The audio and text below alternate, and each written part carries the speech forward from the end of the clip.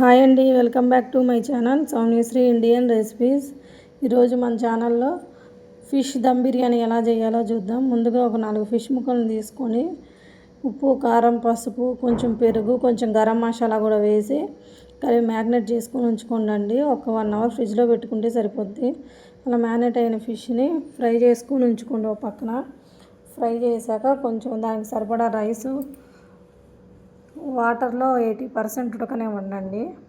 దాంట్లో కొంచెం షాజీరా, బిర్యానీ మసాలాలు అన్నీ వేసి కొత్తిమీర, పుదీనా కూడా వేసి ఉడకనివ్వండి. అలా ఉడికిన దాన్ని ఒక 80% పోగానే పక్కకు తీసి ఉంచుకోండి. తర్వాత మనం ఫిష్ ముక్కలు ఎంచిన నూనెలో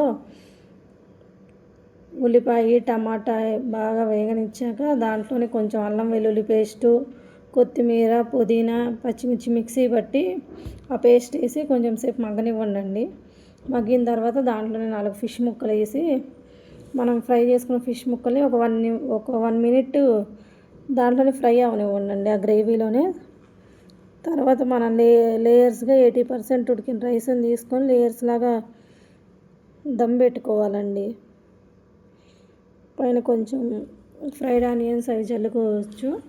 కొత్తిమీర, పుదీనా వేసుకొని ప్లేట్ పెట్టేసుకొని ఒక 10 నిమిషాల నుంచి 15 నిమిషాలు సిమ్లో ఉంచుకోండి. దమ్ పెట్టేయండి సిమ్లో ఉంచి.